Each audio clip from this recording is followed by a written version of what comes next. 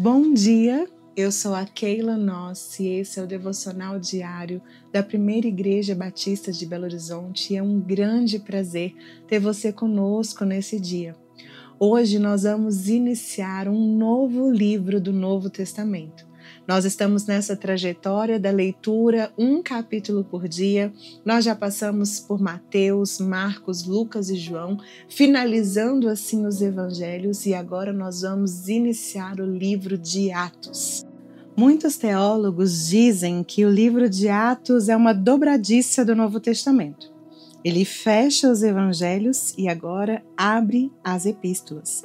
Ele foi escrito por Lucas, que também escreveu o Evangelho de Lucas, e nessa dupla obra ele oferece um relato coordenado das origens cristãs.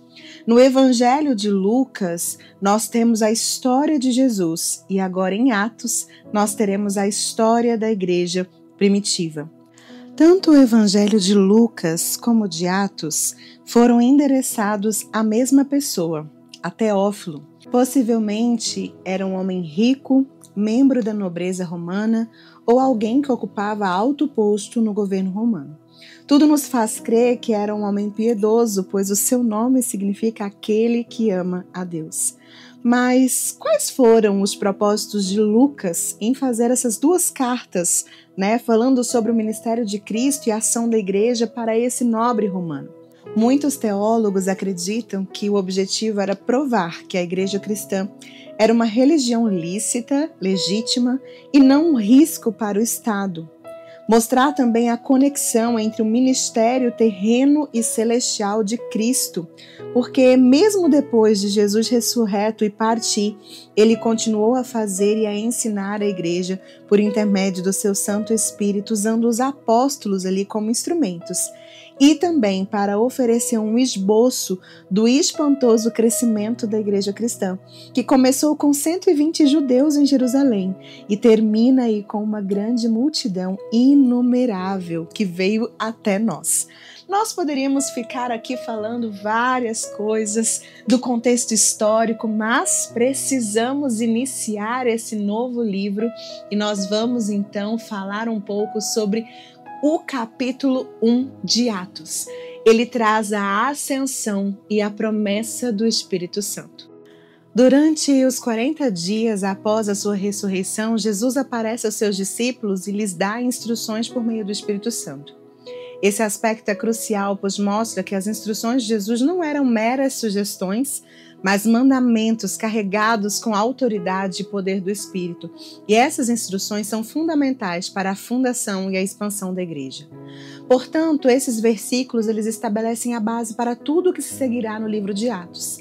Eles não apenas confirmam a missão dada por Jesus, mas também preparam o cenário para uma história de fé, milagres e formação de uma comunidade que transcendia culturas e fronteiras unidas pelo Espírito Santo. A ascensão de Jesus, descrita ali do verso 4 ao 11, é um evento carregado de significado e esperança para todos nós. Lucas relata um dos últimos encontros de Jesus com seus discípulos, onde ele reitera a promessa do Pai com a descida do Espírito Santo. Essa promessa não só reforça a continuidade do ministério de Jesus através dos seus seguidores, mas também prepara os seus discípulos para as responsabilidades que viriam. Durante esse encontro, Jesus instrui os discípulos a permanecerem em Jerusalém até que recebam o poder do alto. E essa orientação demonstra a importância de obedecer ao tempo e à ordem de Deus. Os discípulos eles precisam da capacitação do Espírito Santo para efetivamente testemunhar e expandir o reino de Deus. A espera por essa promessa era um teste de fé e obediência, mas também uma preparação para o que estava a vir. A ascensão de Jesus é um marco fundamental. Enquanto os discípulos observam Jesus elevado aos céus, uma cena que não só confirma a sua divindade, mas também simboliza a sua autoridade sobre céu e terra. Esse evento não marca um adeus, mas uma transição para uma nova forma de presença de Jesus com seus seguidores, uma presença espiritual. Enquanto os discípulos olhavam fixamente para o céu, 2 anjos aparecem e prometem que Jesus voltará da mesma forma que foi visto subindo. Essa promessa da segunda vinda de Jesus fortalece a nossa esperança, a esperança cristã, e mantém viva a expectativa do seu retorno glorioso. Portanto, a ascensão não é apenas um final, mas um ponto de partida para a missão global da Igreja movida pelo poder do Espírito Santo. Esse evento prepara o palco para a atuação extraordinária dos discípulos em Jerusalém e além, cumprindo a grande comissão que Jesus confiou a eles. Após a ascensão, os discípulos eles permanecem em constante oração, indicando ali a seriedade e a dependência que tinham em relação ao poder de Deus. A prática unânime de oração revela uma profunda obediência e fé coletiva no cumprimento da promessa de Jesus. Eles não sabiam quando o Espírito Santo viria, mas se mantinham firmes, buscando a Deus com esperança e expectativa. E essa atitude de dependência e devoção coletiva era fundamental para prepará-los espiritualmente para a chegada do Espírito Santo e para a missão que estava à frente. Atos 1, então, é um capítulo de transições e promessas que ainda ressoam fortemente em nossos dias. A ascensão de Jesus, a espera pelo Espírito Santo, a reorganização dos discípulos são eventos que estabelecem o ritmo da fé cristã e nos oferecem algumas lições valiosas. Como, por exemplo, a promessa do Espírito Santo, destacada no início do capítulo, é o lembrete de que nós não estamos sozinhos em nossa jornada espiritual. Assim como os primeiros discípulos, nós somos chamados a confiar em Deus, a esperar por sua orientação e poder em nossas vidas. Essa espera não é um tempo passivo, pelo contrário, é um período de preparação ativa, de oração e de fortalecimento da fé. Em um mundo em que nós valorizamos a instantaneidade, aprender a esperar pelo tempo de Deus é uma habilidade essencial que nós precisamos desenvolver através da prática constante da nossa fé. A ascensão de Jesus nos ensina sobre a natureza do reino de Deus, que transcende as barreiras físicas.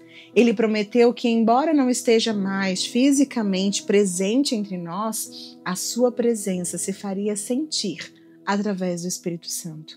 E isso muda a nossa perspectiva da presença, encorajando-nos a buscar uma relação mais profunda com Deus que não está limitada àquilo que nos é tangível.